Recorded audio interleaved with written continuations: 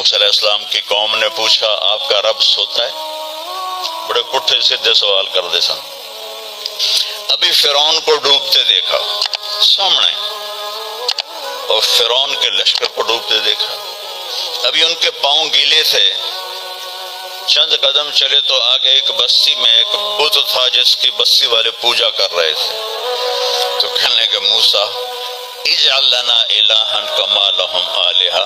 قرآن کی آیت ہے موسیٰ ایک ایو جا خدا سانو بھی لے دے اسی انہوں متھا ٹیکیے. میں کہا فٹے منہ توڑا وہ ہونے تو تسی ویکھیا کہ کیویں رب نے تہاڈی مدد کیتی ہے تو ہن پتھر دا بت منگدے پئے ہو میرے کولوں. تو عجیب و غریب سوال کرتے تھے. تو کہنے لگے رب سوتا ہے؟ موسیٰ علیہ السلام نے ان کو ڈانٹ دیا. اللہ تعالیٰ نے کہا نہیں، ایسا کر رات کو نا 2 پیالے لے کے کھڑے ہو جا پانی کے. خیال کرنا یہ پہلے گرنے نہ پائیں. موسیٰ علیہ السلام بڑے طاقتور ہستی تھے، وہ پیالے لے کے کھڑے ہو گئے. کھڑے کھڑے کھڑے کھڑے اونگ آنے لگی.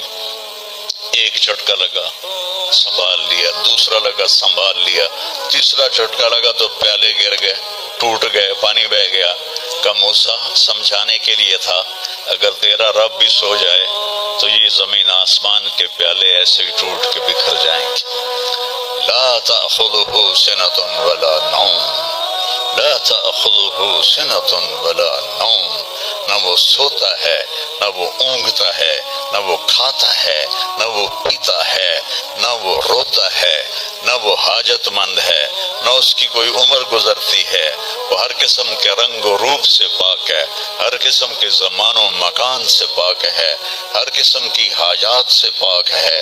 سب کو دیتا ہے، لینے سے پاک ہے، سب کو کھلاتا ہے، کھانے سے پاک ہے، سب کو مارتا ہے، مرنے سے پاک ہے، سب کو سلاتا ہے، سونے سے پاک ہے. سب پر حاوی ہے، کوئی اس پر حاوی نہیں. سب کے اوپر چھایا ہوا ہے، کوئی اس پہ چھایا ہوا نہیں. یہ ہمارے اوپر ہمارے نبی کا احسان ہے. بتا کہ اس کائنات کا بنانے والا ایک اللہ ہے، ایک صمد احد لم یلد ولم یولد ولم یکن له کفوا احد. الحمد للہ الذی بعث فی الامیین رسولا منہم یتلو علیہم آیاتہ ویزکیہم. عزیز طلباء و طالبات، آپ بہت کچھ یہاں پڑھ رہے ہیں اور ساری نسل ہماری یونیورسٹیز میں پڑھ رہی ہے. چند ایک ایسے سوال ہیں جن کا جواب دنیا کی کسی یونیورسٹی کے پاس کوئی نہیں، اور بڑے سے بڑے اسکالر بھی اپنے علم سے اس کا جواب دینے میں بالکل انگوٹھا چھاپ ہے کہ اس کائنات کو کس نے بنایا ہے. اس سوال کا جواب دنیا کے کسی علم میں نہیں ہے. ہم تو شکر مسلمان ہیں تو ہمیں ماں باپ کی گود سے ہی اللہ کا تعارف ہو گیا. بہت پرانی بات ہے، ایک چیکوسلواکین یہاں ملا تھا، رائمنڈ میں آیا ہوا تھا. تو میں نے اس سے پوچھا کہ اس کائنات کا بنانے والا کون ہے، کوئی پتہ ہے؟ کہنے لگا اسی کو ڈھونڈنے نکلا ہوں، ابھی تک تو کوئی پتہ نہیں. پھر دوسرا سوال ہے کہ اس نے یہ کائنات بنائی کیوں ہے، وہ ہے کون؟ پھر اس نے یہ کائنات بنائی کیوں ہے، اس کا جواب بھی آپ کے پاس کوئی نہیں، کسی کے پاس بھی کوئی نہیں. پھر تیسرا سوال ہے میں کیوں پیدا ہوا؟ میں نے کوئی اپلیکیشن دی تھی؟ ان بچیوں نے کوئی درخواست دی تھی کہ ہم نے لڑکی پیدا ہونا ہے؟ یا ان بچوں نے کوئی درخواست دی تھی کہ ہم نے لڑکا پیدا ہونا ہے؟ یہ عورت بن رہی ہے، یہ مرد بن رہا ہے، یہ دیہاتی ہے، یہ شہری ہے، اور 7 ارب انسان ہیں، سب کی شکلیں مختلف ہیں، آنکھوں کا رنگ مختلف ہے، انگلیوں کے پوروں پر چھپا ہوا پرنٹ مختلف ہے۔ 7 ارب انسانوں میں سے کسی کا یہ پرنٹ کسی کے ساتھ نہیں ملتا۔ تو ایسا باریک بین کون خالق ہے جس نے ہم روشنی میں چیز بناتے ہیں اور اللہ تعالیٰ ماں کے پیٹ کے اندھیروں میں بناتا ہے۔ یخلقکم فی بطون امہاتکم خلقا من بعد خلق فی ظلمات 3۔ پھر موت کیا چیز ہے؟ کیوں مر جاتے ہیں؟ پیدا ہونے کی درخواست نہیں دی تھی، پیدا کر دیا، کیوں پیدا کیا پتہ کوئی نہیں، اب مرنا نہیں چاہتے، لیکن دائیں بائیں موت کے حملے ہو رہے ہیں، ایک دن مجھ پر بھی ہو جائے گا، آپ پر بھی ہو جائے گا، اور ہم ایک ماضی کی بھولی بسری داستان بن جائیں گی۔ تم مرتے کیوں ہیں؟ پھر کوئی جلا دیتا ہے، کوئی بہا دیتا ہے، کوئی مٹی میں ملا دیتا ہے، کوئی پرندوں کے سپرد کر دیتا ہے، پارسی وہ اوپر رکھ دیتے ہیں، گدھ آ کے کھا جاتے ہیں۔ تو یہ موت کیا چیز ہے؟ تھوڑا شروع میں میڈیکل میں نے شروع کیا تھا، تو پھر اللہ نے میرا راستہ بدل دیا۔ تو موت کیا چیز ہے، میڈیکل سائنس میں اس کے 200 جواب ہیں، 200، اور ایک بھی صحیح نہیں، سارے غلط، کیونکہ وہ انسانی عقل سے ہیں تو نہیں پہنچ سکتے۔ پھر موت کے بعد کچھ ہے یا مر گئے اور مٹی ہو گئے؟ یہ چند سوال میں نے آپ کے سامنے رکھے ہیں، اور پوری دنیا کے انسانوں کو چیلنج ہے کہ اپنے علم سے جواب دو، کسی کے پاس اس کا جواب ہو۔ نیوٹن نے یہ کہا تھا کہ اس کائنات کو 4 فورسز چلا رہی ہیں۔ عبدالسلام نے، پاکستانی سائنسدان، اور 2 امریکن سائنسدان 1976 میں یہ ثابت کیا کہ اس کائنات کو 4 نہیں 3 طاقتیں چلا رہی ہیں۔ اسٹیفن ہاکنگ نے چند سال پہلے یہ ثابت کیا کہ اس کائنات کو ایک طاقت چلا رہی ہے۔ اس سے پوچھا گیا وہ اللہ ہے؟ کہنے لگا نہیں، وہ اللہ نہیں ہے، اس کے پاس وحی کا علم نہیں تھا، تو وہ اتنا ہی اندھا ہے جتنا ایک ان پڑھ اندھا ہے۔ تو اس سے پوچھا گیا کیوں؟ تو کہنے لگا پھر سائنس کی ترقی رک جائے گی اگر اللہ کو مان لیا جائے۔ یہ وہ سوال ہیں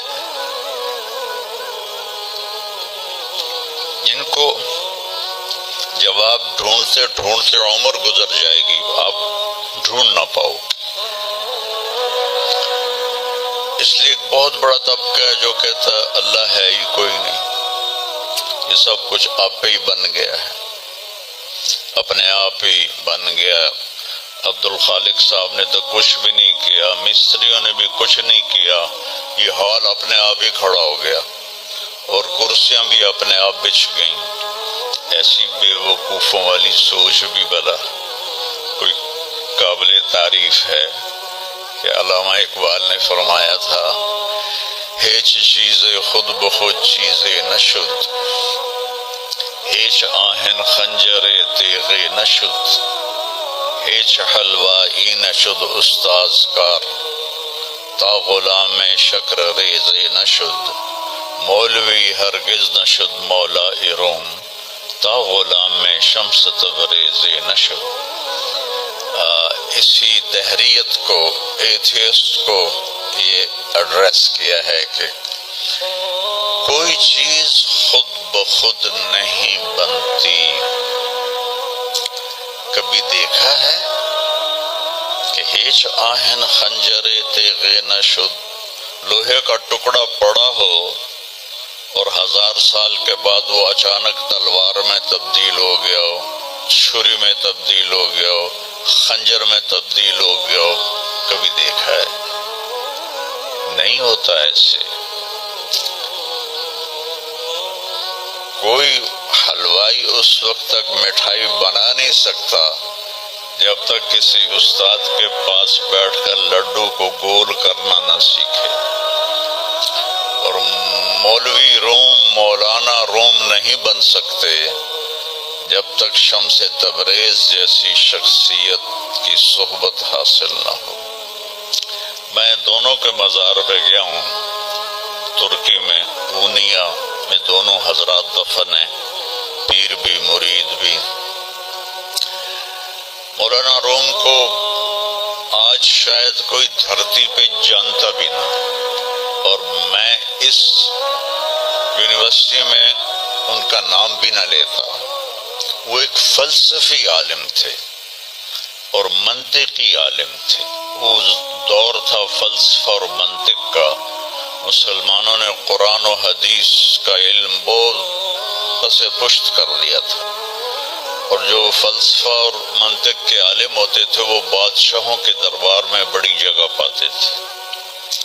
تو ان کے سامنے کتابوں کا ڈھیر تھا ان کے ساتھ، اور ادھر طالب علم بیٹھے تھے، انہیں وہ پڑھا رہے تھے، اور یہ کتابیں قلمی نسخے تھے، ہاتھ سے لکھے ہوئے۔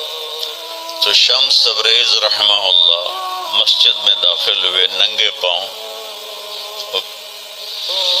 اور سفر کے آثار پگڑی پر بھی، کپڑے پر بھی۔ تو وہ بڑی سادگی سے پوچھتے ہیں کہ مولانا یہ چیز یہ کیا ہے؟ وہ کتابوں کا ڈھیر۔ تو اس کو یوں دیکھا تو کہے تو ان پڑھ جائے چٹے انہوں میں کی جواب دے وہاں، کہنے لگے این است کہ تو نمی دانی، میرے پیارے یہ وہ ہے جو تو نہیں جانتا۔ تو ایک دم آگے بڑھے، کتابوں کو یوں دھکا دیا، ساتھی تالاب تھا، ساری کتابیں تالاب میں چلی گئی۔ اب نیا پرنٹ نکالنا آج کل تو کوئی مشکل نہیں ہے، کوئی پریشانی کی بات نہیں ہے، نیا پرنٹ مل جائے گا۔ جس نے ہاتھ سے سینکڑوں کتابیں لکھی ان کو تیرا بیڑا غرق، کوئی ان پڑھ بندے تو میری حیاتی برباد کر دیتی، نامراد ہوڑے میں دوبارہ کتوں لکھ کے لے آواں گا۔ وہ مسکرائے، حوض میں چھلانگ لگائی، اور ایک ایک کر کے ہر کتاب خشک ان کے سامنے رکھتے گئے، خشک، اس سے مٹی نکل رہی، سامنے رکھتے گئے، پورا ان کا جو ان کی لائبریری تھی وہ پانی سے خشک نکال کر ان کے سامنے رکھ دی۔ ہن ملا جی دی واری آ گئی، کہنے لگے این چیز وہ یہ کیا ہے؟ این چیز وہ یہ کیا ہے؟ تو شمس تبریز بولے این است کہ تو نمی دانی، یہ وہ ہے جو تو نہیں جانتا، جس کو علامہ رحمت اللہ علیہ نے کہا مولوی ہرگز نہ شد مولا روم تا غلام شمس تبریز نہ شد۔ یہ ہمارے ملتان والے شمس تبریز نہیں ہیں، یہ شمس سبز واری ہیں۔ شمس تبریز تو وہ قونیہ میں ہے، دونوں کے مزار قریب ہیں، ساتھ ساتھ ہیں۔ تو ایک طبقہ ادھر چلا گیا کہ آپ ہی بن گیا سب کچھ، ایک دھماکہ ہوا تھا اور ہر چیز بن گئی۔ وہ دھماکہ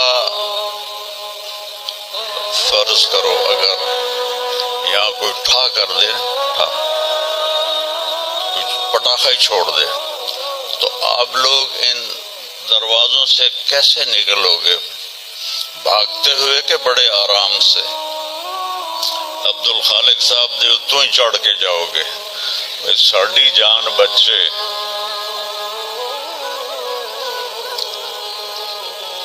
اور اور اگر میں یوں کہوں کہ گندم کا ڈھیر پڑا تھا، اس میں دھماکہ ہوا اور گندم اڑتی ہوئی بوریوں میں جا کے فکس ہو گئی اور بوریاں سل گئیں اور ٹرک پہ چڑھ گئیں اور منڈی میں جا کے بک گئیں، تو تسی دو جتیاں مار کے میں باہر کر دے منا۔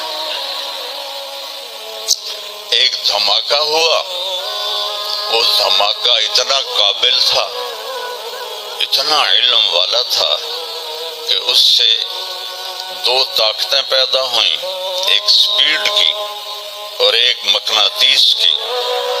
تو اگر سپیڈ اور مقناطیس کی طاقت میں ایکوالٹی نہ ہوتی اور 1/10 خرب سیکنڈ، یہ آسٹریلین سائنسدان کی بات میں بتا رہا ہوں، ایک سیکنڈ کے تو 100 سے زیادہ حصے ہو نہیں سکتے، لیکن ان کا فرض کرو اگر ایک سیکنڈ کے 1/10 خرب حصے ہوں، تو وہ 1/10 خرب حصے میں اگر تھوڑا سا رفتار اور مقناطیس کی طاقت میں فرق آ جاتا تو ساری کائنات ٹکرا جاتی۔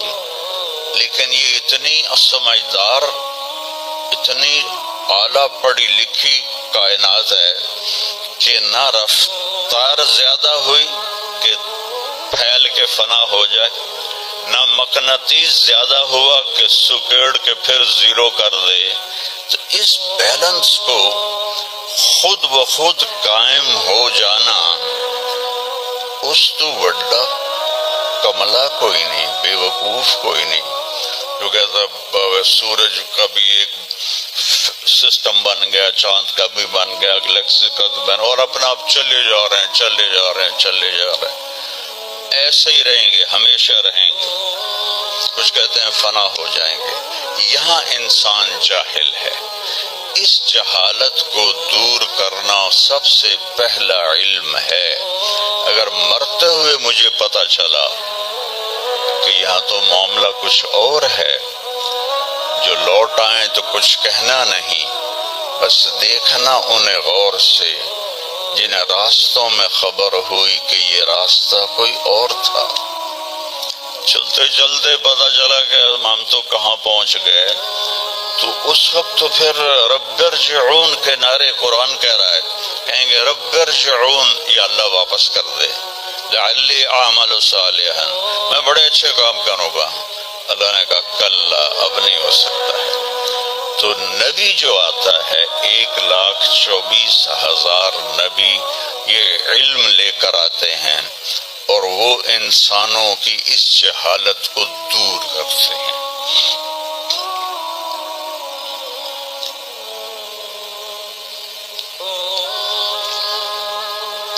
سب سے آخر میں اللہ تعالیٰ نے جناب رسول اللہ صلی اللہ تعالی علیہ وسلم کو پیدا کیا، ان کی زندگی کو قیامت تک کے لیے نمونہ بنانا تھا، قیامت تک کے لیے وہ نبی بن کے آئے ہیں۔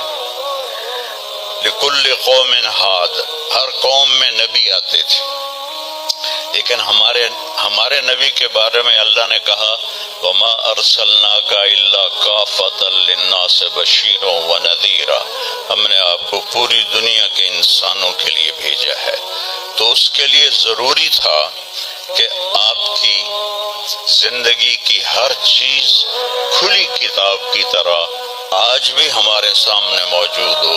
اگر میں آپ کے طریقے پر چلنا چاہوں تو میرے پاس مواد موجود ہو، تو یہ واحد نبی ہیں جن کی ہر چیز اللہ تعالیٰ نے محفوظ کی۔ کسی نبی کی پوری زندگی محفوظ نہیں ہے، کسی نبی کی، آدم علیہ السلام سے لے کر عیسیٰ علیہ السلام تک کسی نبی کی مکمل زندگی موجود نہیں ہے۔ اور ہمارے نبی کی زندگی پیدائش سے لے کر آنکھ بند ہونے تک ایک ایک پل کی زندگی آپ کی ہمارے پاس موجود ہے۔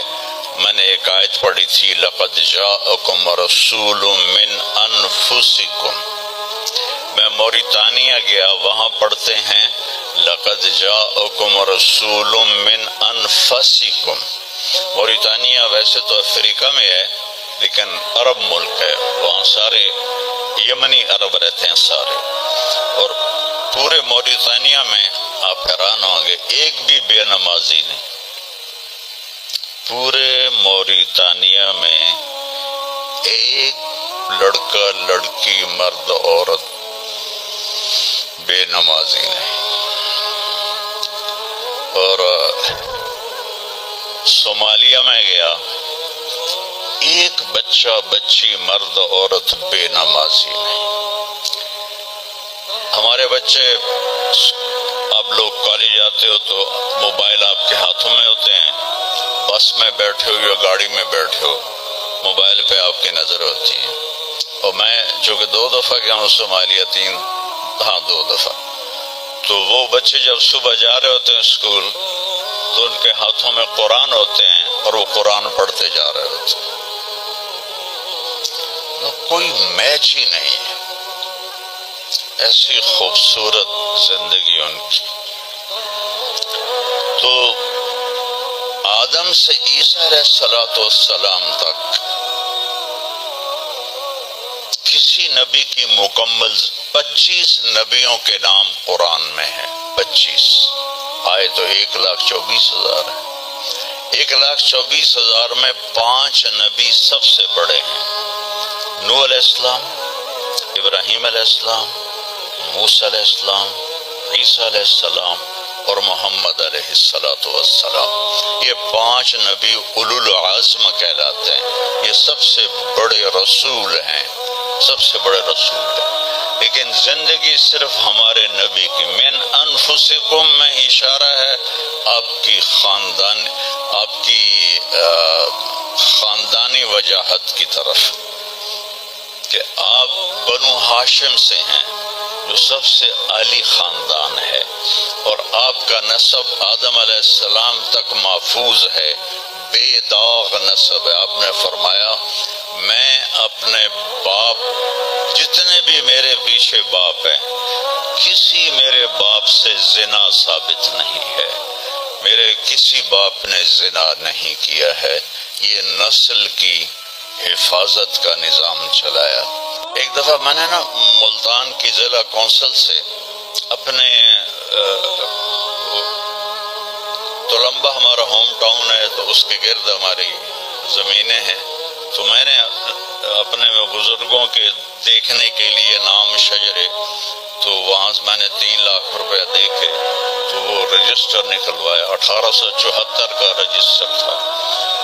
تو اس میں 1874 سے پہلے کا تو لکھا ہوا نہیں ہے، بعد کا لکھا ہوا ہے آخر تک. تو اس میں 19 نام مجھے ملے. میں ان کو یاد نہیں کر سکا، حالانکہ میرے پیو دادے پردادے، لیکن میں یاد نہیں کر سکا. دہرانے کی کوشش کی، حافظہ بھی اللہ نے اچھا دیا، یاد نہیں ہوئی. اس میں وہ دلچسپی نہیں تھی. میں نے اپنے نبی کا نسب نامہ یاد کرنا شروع کیا، اس میں 90 نام ہیں، اور میرے دل میں تھا کہ میں روضہ رسول کے سامنے کھڑے ہو کر آپ کو سلام پیش کروں گا.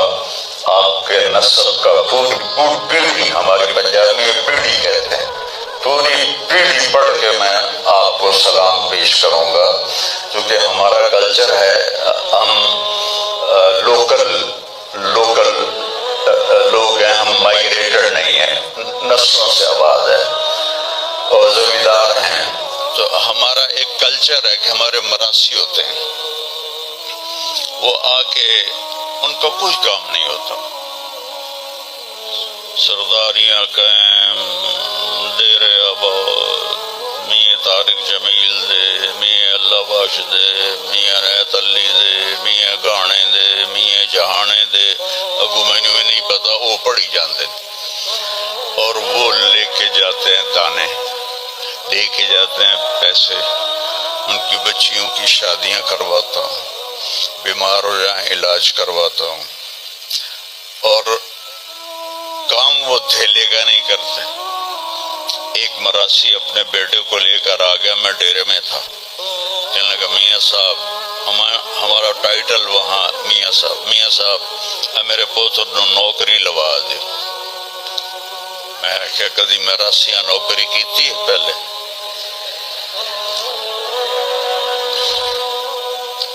کہنے لگا بھوکے مر گئے ہیں، دیرے اجڑ گئے ہیں، زمیندار شہرہ نو بڑھ گئے ہیں، تاتھو سوا کوئی سانو خیرات ہی نہیں لبدی، تو چلو کوئی نوکری کر لوے۔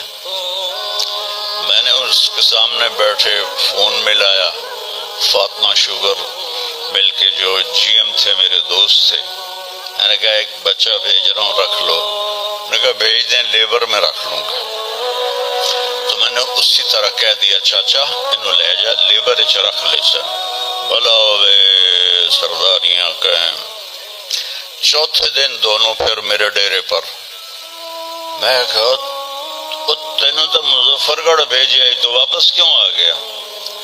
تو اس کا باپ کہتا ہے میاں صاحب میں سمجھا لیبر کوئی وڈا افسر ہوندا ہے، تو میرا پتر افسر ہو سی، انہیں تو بوریاں چوا دی کنڈ بن چھڑی۔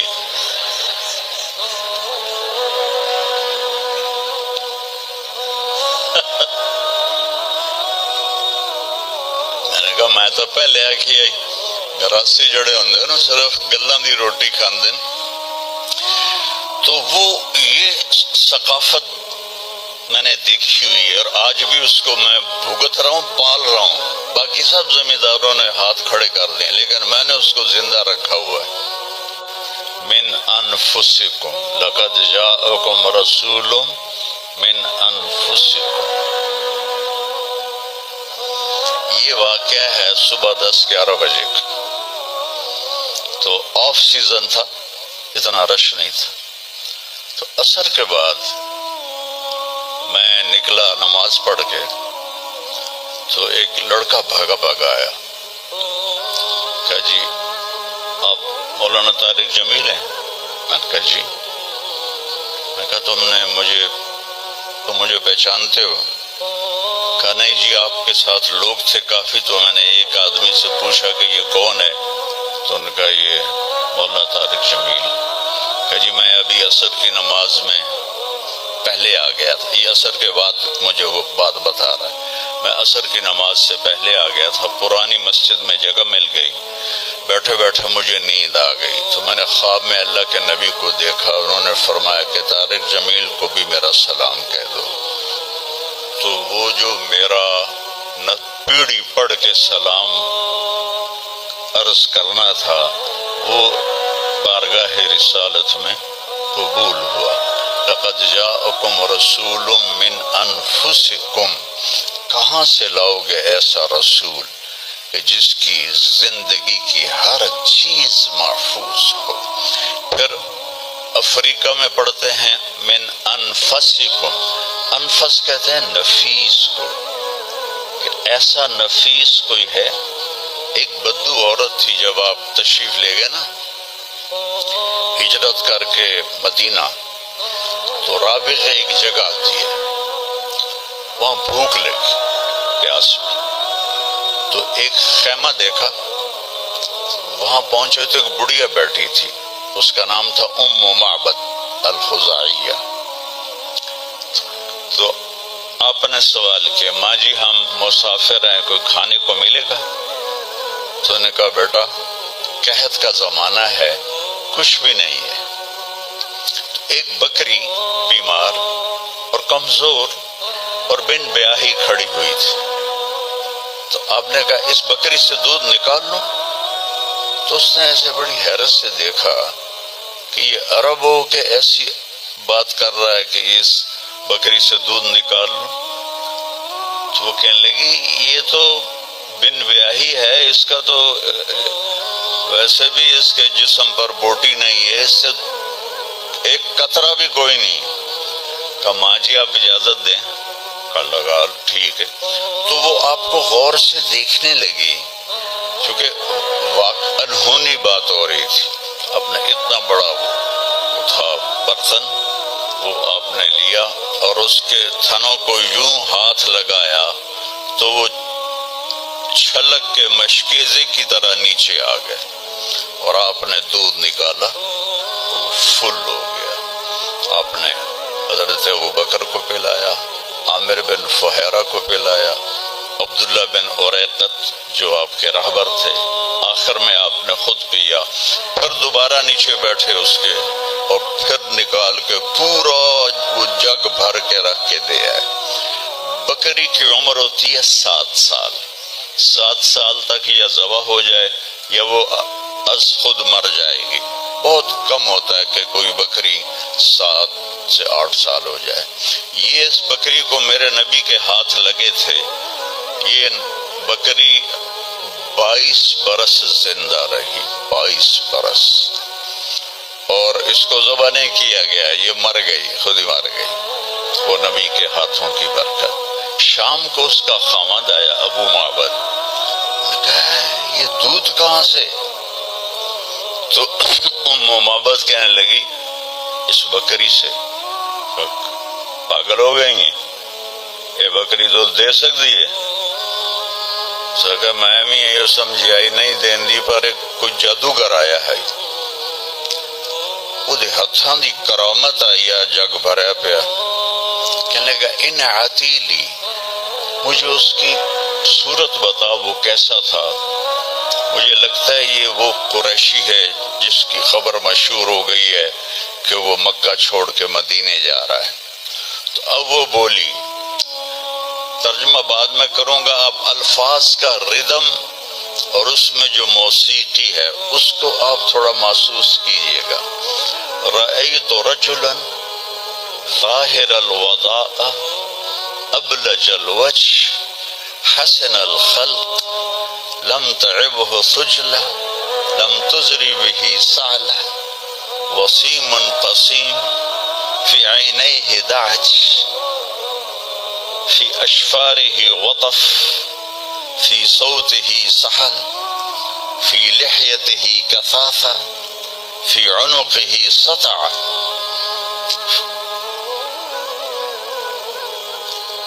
إذا تكلم علاه البهاء وإذا سكت علاه الوقار من أنفسكم.